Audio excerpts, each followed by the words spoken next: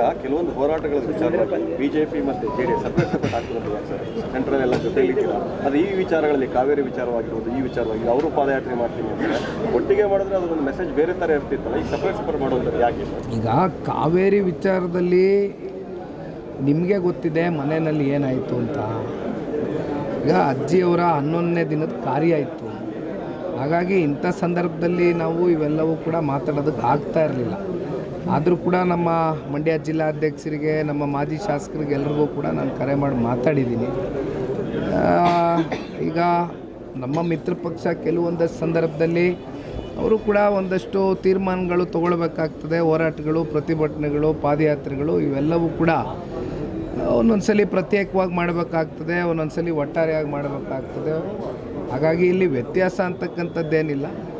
ಆದರೆ ಯಾವುದು ಪ್ರತ್ಯೇಕವಾಗಿ ಮಾಡಬೇಕು, ಯಾವುದು ಒಟ್ಟಾಗಿ ಮಾಡಬೇಕು ಅನ್ನೋವಂಥ ತೀರ್ಮಾನಗಳು ಆಯಾ ಸಂದರ್ಭದಲ್ಲಿ. ಇದೇ ವಿಚಾರ ಈಗ ಅವರು ಪಾದಯಾತ್ರೆ ಮಾಡ್ತೀನಿ ಅಂತ ಹೇಳ್ತಾರೆ, ಬಟ್ ಒಟ್ಟಿಗೆ ಮಾಡಿದ್ರೆ ಒಂದು ಮೆಸೇಜ್ ಬೇರೆ ಹೋಗ್ತಿತ್ತಲ್ಲ. ಈಗ ನಮ್ಮ ಹತ್ರ ಯಾರೂ ಇಲ್ಲಿವರೆಗೂ ಇದನ್ನು ಚರ್ಚೆ ಮಾಡಿಲ್ಲ, ನಮ್ಮ ಬಳಿ ಯಾರೂ ಚರ್ಚೆ ಮಾಡಿಲ್ಲ. ಭಾರತೀಯ ಜನತಾ ಪಾರ್ಟಿಯಿಂದ ಯಾರೂ ಕೂಡ ಸನ್ಮಾನ್ಯ ಕುಮಾರಣ್ಣ ಅವ್ರಿಗಾಗಲಿ ನಮಗಾಗಲಿ ಈ ವಿಚಾರಕ್ಕೆ ಸಂಬಂಧಪಟ್ಟಂತೆ ಚರ್ಚೆ ಮಾಡಿಲ್ಲ.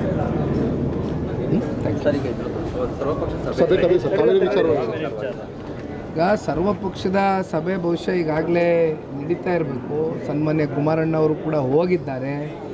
ಎಲ್ಲ ಪಕ್ಷದ ಹಿರಿಯ ನಾಯಕರು, ಮಾಜಿ ಮುಖ್ಯಮಂತ್ರಿಗಳ ಆದಿಯಾಗಿ, ಮಾಜಿ ಮಂತ್ರಿಗಳ ಆದಿಯಾಗಿ ಭಾಳ ಜನ ಇವತ್ತು ಕಾವೇರಿ ವಿಚಾರಕ್ಕೆ ಸಂಬಂಧಪಟ್ಟಂತೆ ಇವತ್ತು ನಿಮಗೆ ಗೊತ್ತಿದೆ, ಇವತ್ತು ನೀರಿನ ಶೇಖರಣೆ ನಮಗೇನು ಆಗಬೇಕಾಗಿತ್ತು, ವರ್ಷದ ಮಳೆಯ ಒಂದು ವಾಡಿಕೆ ಕಮ್ಮಿ ಆಗಿರೋ ಹಿನ್ನೆಲೆಯಲ್ಲಿ ನಾವು ಸಾಕಷ್ಟು ಕೇವಲ ಹಳೆ ಮೈಸೂರು ಪ್ರಾಂತ್ಯ ಅಂಥದ್ದಲ್ಲ, ಅದು ಕಿತ್ತೂರು ಕರ್ನಾಟಕ, ಕಲ್ಯಾಣ ಕರ್ನಾಟಕ ಎಲ್ಲ ಸೆಕ್ಟ್ರಲ್ಲೂ ಕೂಡ ಮಳೆ ಕಮ್ಮಿ ಆಗಿದೆ.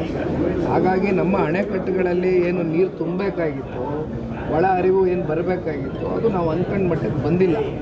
ಹಾಗಾಗಿ ಈಗ ತಮಿಳುನಾಡಿಗೆ 15 ದಿನ ಪ್ರತಿದಿನವೂ ಕೂಡ 3,500 ಕ್ಯೂಸೆಕ್ಸಷ್ಟು ನೀರು ಬಿಡುಗಡೆ ಮಾಡಬೇಕು ಅಂತಕ್ಕಂಥ ಏನೊಂದು CWMA ಕಡೆಯಿಂದ ಒಂದು ವರದಿ ಪ್ರಕಟಣೆ ಆಗಿದೆ. ಆದರೆ ನಮಗೆ ಎಷ್ಟರ ಮಟ್ಟಕ್ಕೆ ನೀರಿದೆ, ನಾವು ಎಷ್ಟು ನೀರನ್ನು ಬಿಡ್ಬೋದು ಅಂತಕ್ಕಂಥದ್ದು. ಯಾಕೆಂದರೆ ಮತ್ತೆ ಕೇರಳದಲ್ಲಿ ಮಳೆ ಆಗಿದೆ, ಕಬಿನಿ ಜಲಾಶಯ ಮತ್ತೆ ತುಂಬ್ತಾ ಇದೆ ನಿನ್ನೆಯಿಂದ, ಅದನ್ನು ಕೂಡ ಹೊಸದಾಗಿ ಸುದ್ದಿ ನಾವು ಕೇಳ್ಪಟ್ಟಿದ್ದೀವಿ. ಆದರೆ ಇವೆಲ್ಲ ಸರ್ವಪಕ್ಷದ ಒಂದು ಸಭೆಯಲ್ಲಿ ಮಾಜಿ ಮುಖ್ಯಮಂತ್ರಿಗಳ ಆದಿಯಾಗಿ, ಇಂದಿನ ಮುಖ್ಯಮಂತ್ರಿಗಳ ಆದಿಯಾಗಿ ಕೂತ್ಕೊಂಡು ಒಟ್ಟಿನಲ್ಲಿ ನಮ್ಮ ರೈತರನ್ನ ಉಳಿಸ್ತಕ್ಕಂಥದ್ದಕ್ಕೆ ಯಾವ ರೀತಿ ತೀರ್ಮಾನಗಳು ತೊಗೊಳ್ಬೇಕು ಅಂತ ಚರ್ಚೆಗಳಾಗಬೇಕು, ಆರೋಗ್ಯಕರವಾದ ಚರ್ಚೆಗಳಾಗಬೇಕು. 13ನೇ ತಾರೀಕು ಕರ್ನಾಟಕ ಬಂದ್ ಕರೆ ಕೊಡಬೇಕು, ತಮ್ಮದು ಬೆಂಬಲ ಇರುತ್ತೆ.